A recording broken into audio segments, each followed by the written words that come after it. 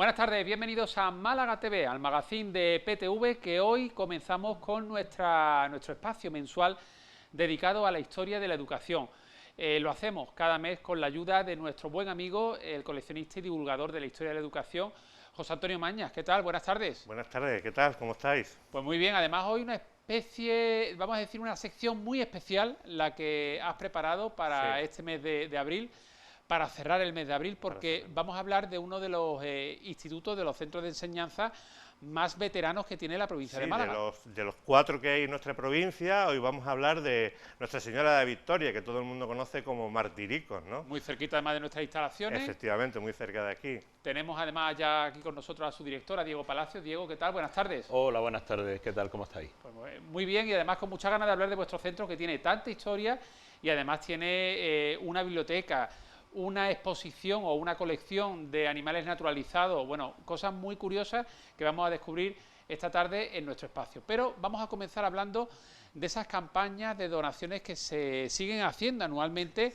ya sobre todo en colegios religiosos, pero yo, por ejemplo, que estudié en un colegio público en Miraflores de Los Ángeles, había una profesora que siempre, cada año, nos motivaba para que participáramos muy activamente en el DOMUN. El DOMUN, efectivamente, el Domingo Mundial de las Misiones, ¿no? Sí. Era un día que se utilizaba para que los niños y las niñas salieran con las famosas huchas a recoger donativos en las familias, en los amigos, incluso por la propia calle, que te acuerdas que te ponían una pegatinita y tal.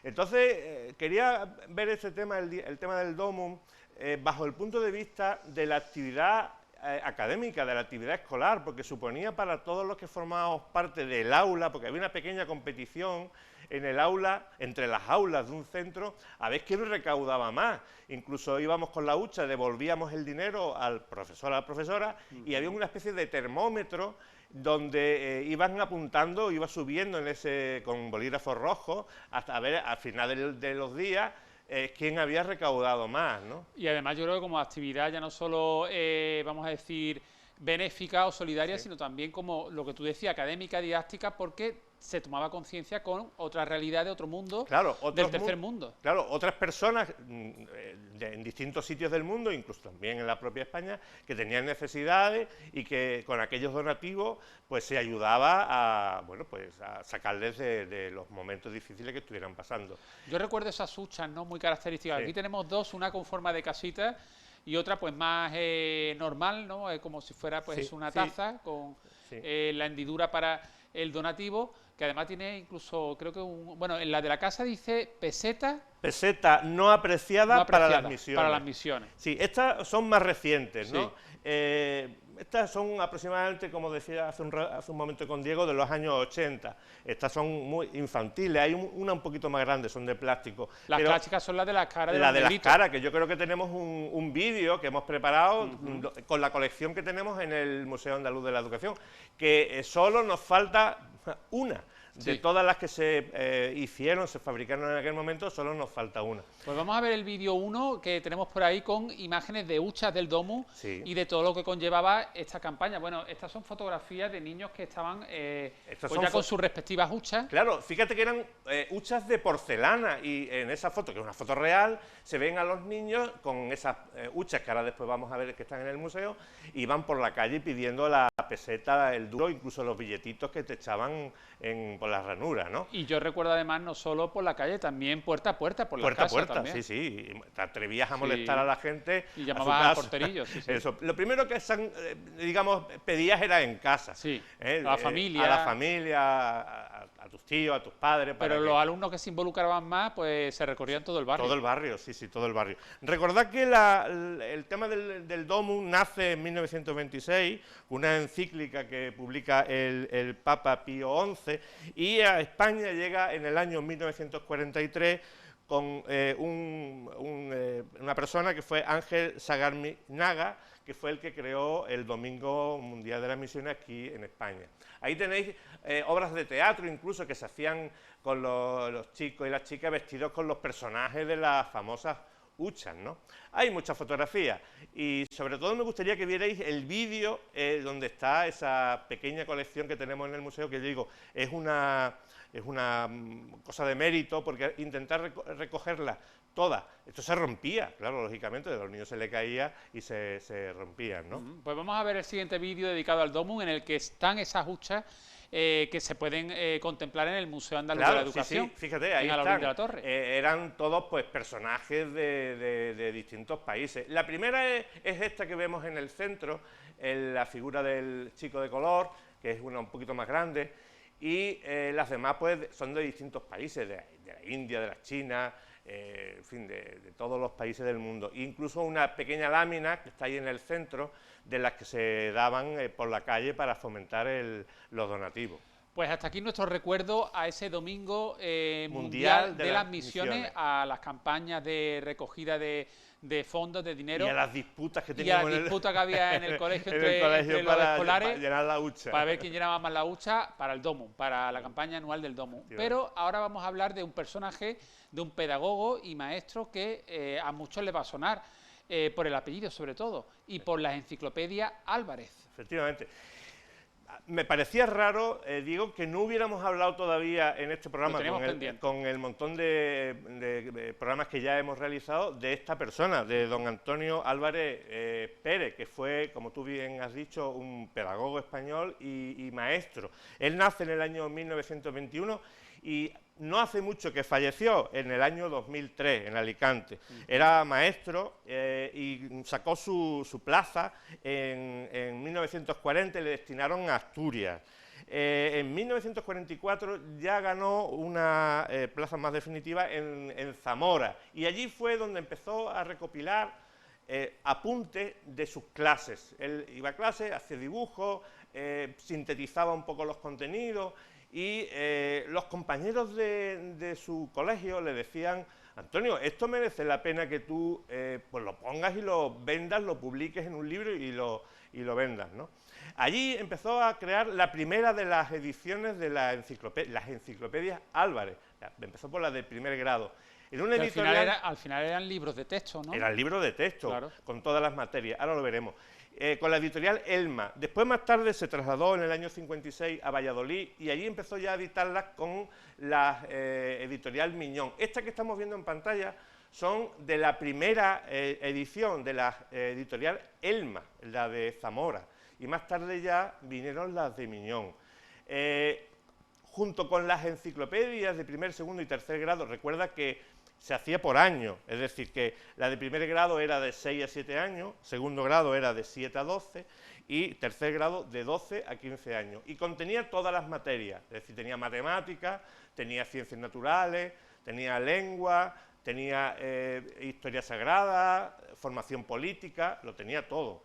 Decía él que era una enciclopedia intuitiva, sintética y práctica. Entre principios de los 50 y finales de los años 60 se llegaron a editar más de 30 millones de ejemplares de sus libros. Efectivamente, y ocupó el 80% del mercado nacional de venta de libros de texto. Era un libro de texto prácticamente que lo tenía todo, es decir, en ese libro estaban todas las materias, eso, con un cuaderno, un lapicero y tal, pues con eso iba al colegio. Y el profesorado se auxilió con esto que estamos viendo ahora mismo en la pantalla, que son los libros del maestro, lo que llamaban sugerencia y ejercicio. Y había uno para cada grado, para primer grado y tal. Antes también sacaron las cartillas, sí. Las cartillas. Oye, José Antonio, llega un momento en que está el éxito y también el compromiso laboral que él llega a adquirir con estas enciclopedias y con estos ejemplares, que incluso pide excedencia y se aparta de la docencia activa, ¿no? Efectivamente, en el año 58 era tal el volumen de negocio que estaba generando, y además él quería estar pendiente de las actualizaciones, de los posibles cambios que hubiera en distintas ediciones que se iban sacando, que pide la excedencia del Ministerio y se dedica en exclusiva a la publicación de su enciclopedia. Hasta el año 1970, ya hemos dicho varias veces, se publica la Ley General de Educación, la Ley Villar-Palasí, empieza la EGB y entonces con el nuevo formato de la educación en España ya aparece un libro de texto para cada una de las materias, que hemos traído aquí muchísimos, ¿no? Entonces ya pierde el sentido el tener una enciclopedia con todos los saberes, todos los Claro, conocimientos. porque él lo que hacía era libro por curso, recopilando, prácticamente cada 2 años. Cada Fíjate 2 que años, ¿no? la de primer grado era para niños de 6, 7 años, Claro. es decir, que prácticamente era 2 años. La de segundo de 7 a 12, o sea que incluso tenía más de un curso, y después la de 12 a 15, pues imagínate. Además, crecían en volumen, si las vemos, que las tenemos también por aquí, son más finitas, el parvulito, que eran las primeras, después de las cartillas teníamos el parvulito, después teníamos el primer grado, segundo grado y tercer grado. abarcaba todos los ciclos al final de Todo, todos los todo, cursos. sí, Claro. sí, era un compendio. Bueno, el concepto de enciclopedia, Sí. de la Escolar. ilustración, Claro. de Diderot y Voltaire, Sí. es decir, un libro que contenía todos los saberes, Todos los conocimientos. todos los conocimientos del ser humano. Oye, vamos ya de lleno a hablar del Instituto Nuestra Señora de la Victoria, más conocido como Instituto Martirico, Martirico. de los 5 institutos con más historia y más veteranos que tenemos en la provincia de Málaga, teniendo en cuenta que tenemos uno en Antequera importante, El de el de Archidona. Y después aquí en Málaga, 2, que Dos. son Gaona y el Gaona. Martirico, aunque podíamos poner ahí también como el colegio Bergamín. Como el primer colegio que tuvo Málaga. Exactamente, el Bergamín, que otro día vendrán aquí los compañeros y compañeras del centro a hablar un poco de su historia. El centro como tal, el edificio que conocemos en Martirico, muy cerquita, bueno, frente a la Escuela de Bomberos, la Escuela de Idiomas. El Instituto Martirico o Instituto Nuestra Señora de la Victoria se inaugura a principios de los 60, ¿no? Efectivamente, lo que es el edificio en sí, porque llevábamos ya unos cuantos años, estábamos en calle Gaona junto con el Vicente Espinel, porque tuvimos lo de ahí juntos muchos años, se inaugura en 1961. Porque al principio nace el instituto junto al Gaona en el mismo edificio. En el mismo edificio, niños y niñas separados por un muro, Sí. los niños en la parte más grande, porque había más niños estudiando, y las niñas en la parte un poquito más pequeña, que entraban por detrás, pero el mismo edificio. De hecho tenían patios incluso separados, ¿no? Sí, el patio patios de arco, separados. el patio de arco creo que era para los niños, ¿no? Efectivamente. Y el otro patio, la otra entrada donde para está los el niños. jardín, donde está el aguacate, Sí. para las niñas. E incluso tenían los recreos separados, porque eso de niños y niñas que se juntaran en los recreos y se viera aunque sea de lejos estaba mal visto. ¿En qué año se divide realmente físicamente ese instituto y se establece que los niños se vayan aquí a la zona de Martirico y las niñas se queden allí en el Vicente Espinel? Físicamente se hace en el año 61. Ajá. 1961 ya no entran, hay muchísima más demanda a la hora de lo que es la educación secundaria y ya no entran allí. Creemos que los niños, porque aquí el Martirico estaba a las afueras de Málaga, y por un poco protección a las niñas que se quedaran en el centro, pues bueno, pues a los niños son los que se va a las afueras. Un edificio completamente nuevo, un edificio pues muy diferente, construido por Miguel Fisás, que era en aquella época uno de los arquitectos del régimen, y que bueno, en el futuro, hace poco, en 1994 y 2002, les fue concedida grandes galardones, entre ellos por el Premio Nacional de Arquitectura. Yo tengo aquí grandes nombres que han pasado de alguna manera u otra, más directa o indirectamente, por vuestras instalaciones, por el Instituto Martirico o Nuestra Señora de la Victoria. Por ejemplo, Vicente Alexandre, el Nobel de Literatura del año 77, Manuel Alto Laguirre, Ortega y Gasset, Blas Infante, Pablo Picasso, el bibliotecario, tuviste Claro. como bibliotecario a Salvador Rueda. Salvador Rueda, efectivamente. Lógicamente, ellos no pisaron el edificio en el que estamos ahora. Ellos estuvieron en el edificio Calle Gaona cuando ni siquiera era ni Vicente Espinel ni Nuestra Señora de la Victoria, se llamaba Instituto Provincial y Técnico. Los años a principios del siglo XX. Pero sí que se examinaron allí. Se examinaron en el edificio Calle Gaona y allí está, bueno, allí no están los expedientes quedaron en ese edificio y como quedaron en la parte de los niños, cuando se trasladó todo al edificio de Martirico, se trasladó también en los expedientes, igual que se trasladó el Museo de Ciencias Naturales, es el archivo histórico, estamos viendo ahora mismo parte del archivo histórico, allí tenemos todo, desde que se inaugura el Instituto Provincial en 1846 hasta, hasta 1939, todo eso queda en la parte de los niños, y luego se traslada al Instituto de Martirico. O sea que en Martirico está, por ejemplo, hay parte del expediente académico de Picasso, de Ortega y Gasset. Ortega y Gasset, Severo Ochoa, Blas Infante, José María Hinojosa, Moreno Villa. bueno, un lujo, ¿no?, para vosotros tener esa documentación, ¿no?, ese fondo bibliotecario. Efectivamente, ese es un fondo archivístico de primer orden, porque posiblemente sean además los primeros manuscritos que tengamos de todas esas personalidades, porque antes no hay absolutamente nada. José Antonio, estamos viendo que el recinto aparte también cuenta con un salón de actos que es muy digno, ¿eh? Tiene unas instalaciones... Sí, bueno, todo el edificio es una maravilla. Yo iba también, se lo decía Diego hace unos días, yo fui también a examinarme allí también, porque estaba estudiando en otro centro y al final compartíamos en el patio central, compartíamos pues unos momentos muy entrañables, ¿no? Pero sobre todo lo que queríamos hablarte hoy es del Gabinete de Ciencias Naturales, del Gabinete de Animales Naturalizados, porque es una verdadera joya, es un patrimonio increíble. ¿Y esa colección cómo nace? Esa colección nace porque la ley Pidal dice que los centros educativos deben tener una serie de requisitos, y entre ellos dice pues, que hay que tener animales naturalizados para el estudio. Es cierto que es que antiguamente los libros eran especialmente caros, no podían comprar los niños, solamente se podían tener una biblioteca, y la manera de estudiar las ciencias naturales muchas veces era coger el animal. De hecho había un taxidermista en plantilla que se dedicaba a cazar y a disecar animales, o comprarlos normalmente a casas francesas, que la ciencia en aquella época hablaba francés, y bueno, pues tenemos un ornitorrinco que lógicamente no fue cazado por las inmediaciones del instituto, tenemos tucanes, tenemos simios, tenemos una iguana, como aparece ahora mismo en pantalla. Claro, pues todos esos animales se compraban para que se estudiaran por los alumnos. Era mucho más barato.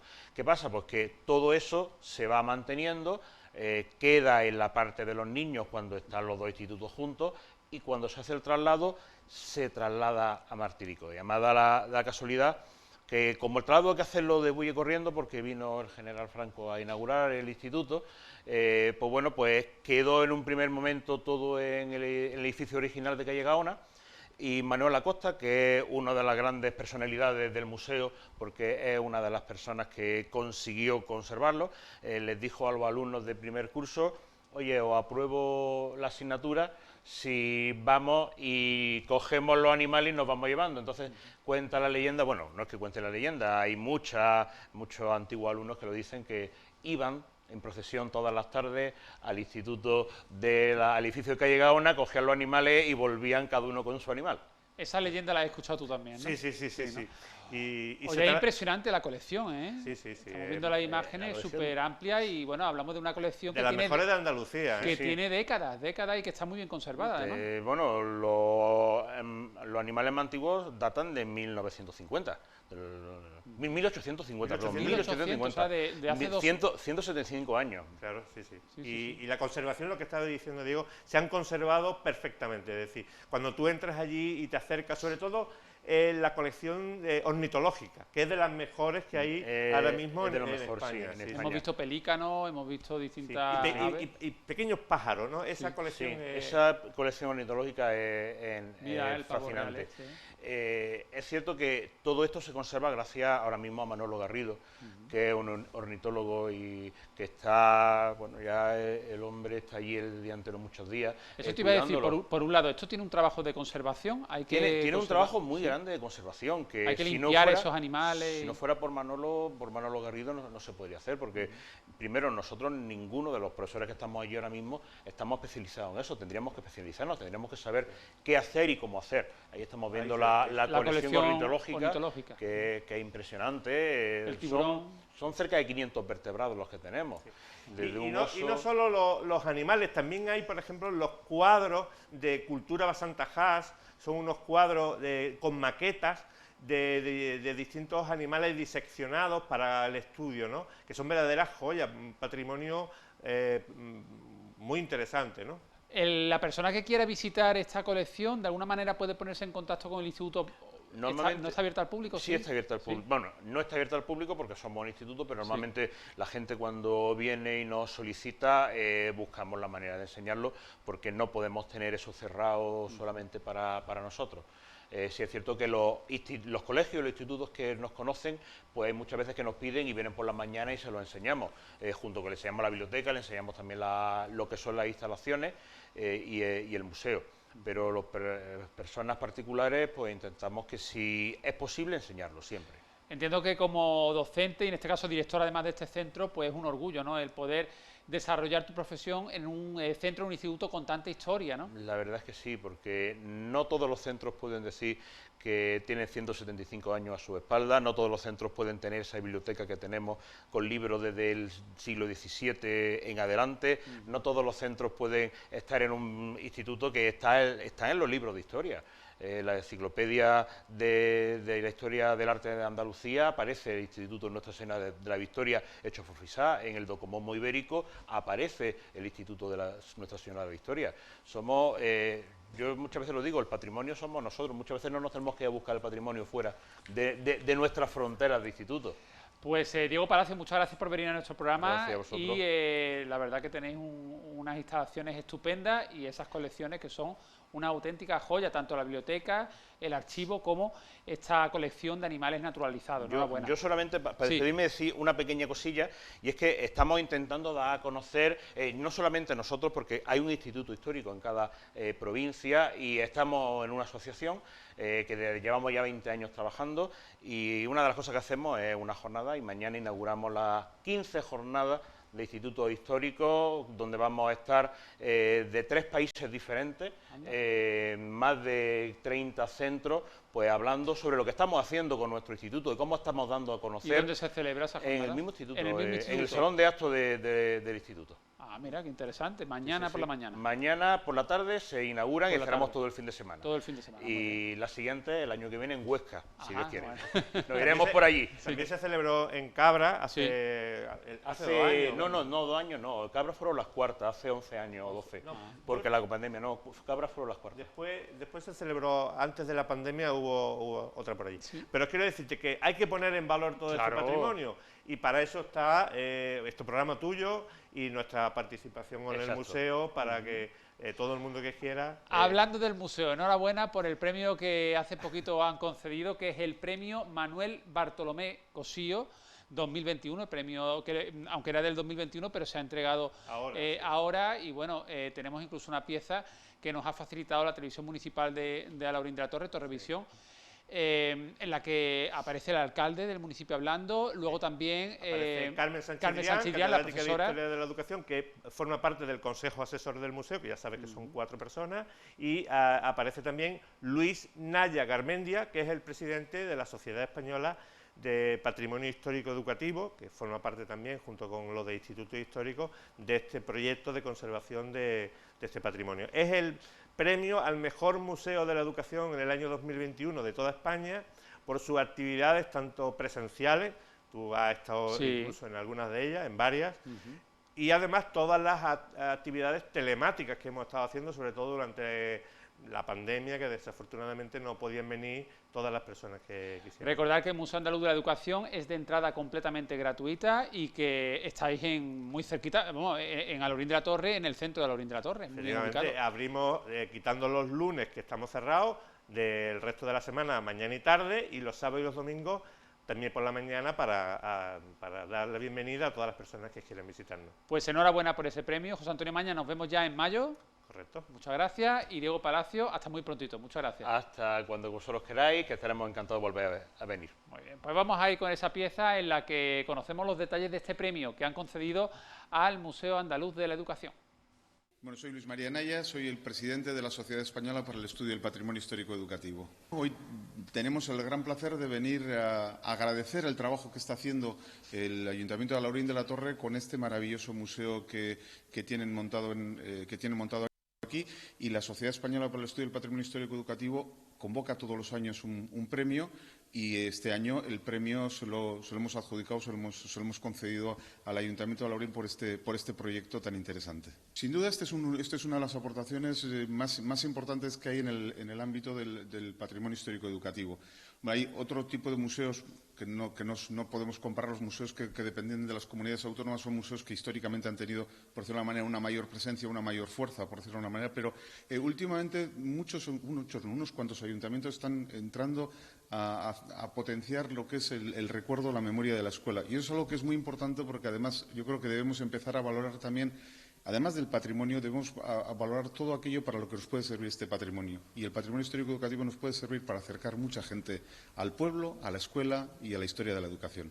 Estamos encantados con Luis María. Tuvimos la ocasión aquí de hacer como un mini congreso a nivel nacional en Alhaurín de la Torre. Le recibimos con los brazos abiertos. Fue una jornada muy enriquecedora de compartir experiencias de toda España. Y bueno, él ha tenido a bien, la sociedad, digamos, a nivel nacional ha tenido a bien otra vez volverle a nombrar presidente de esta sociedad que hace una labor muy importante, importantísima para el estudio de lo que es el patrimonio histórico educativo. Yo, cuando visité Santiago de Compostela, tuve la ocasión de ver allí el museo y allí me quedé prendado. Digo, pues en Alhaurín quiero hacerlo.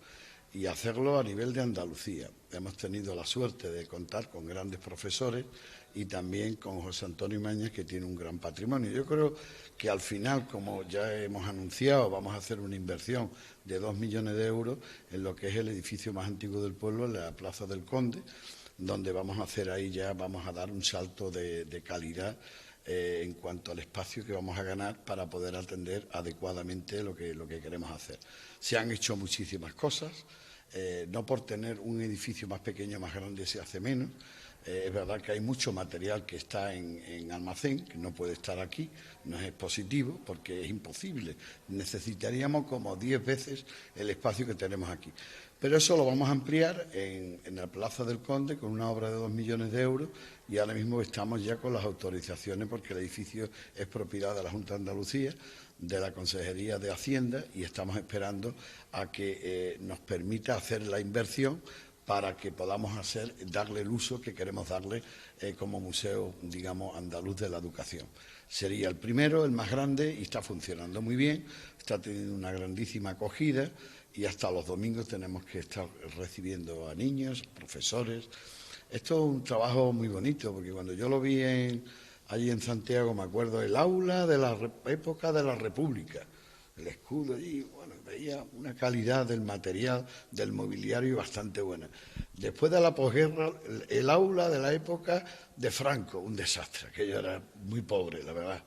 Pero me quedé impresionado, digo yo, esto es curioso, porque la verdad es que de la educación va a depender todo nuestro futuro. El futuro de nuestro país depende mucho de la educación.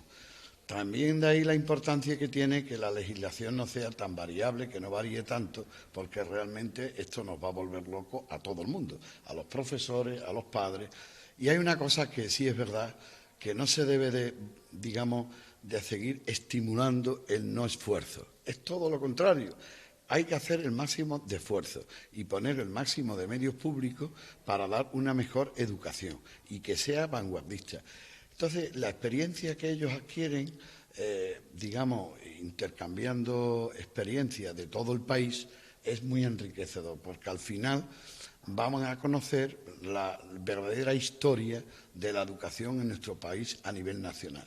Bueno, pues para nosotros es un reconocimiento al trabajo de muchos años y es un empuje para poder seguir trabajando y para poder seguir intentando cumplir con las funciones que el museo se ha marcado, que son funciones tanto relacionadas con la...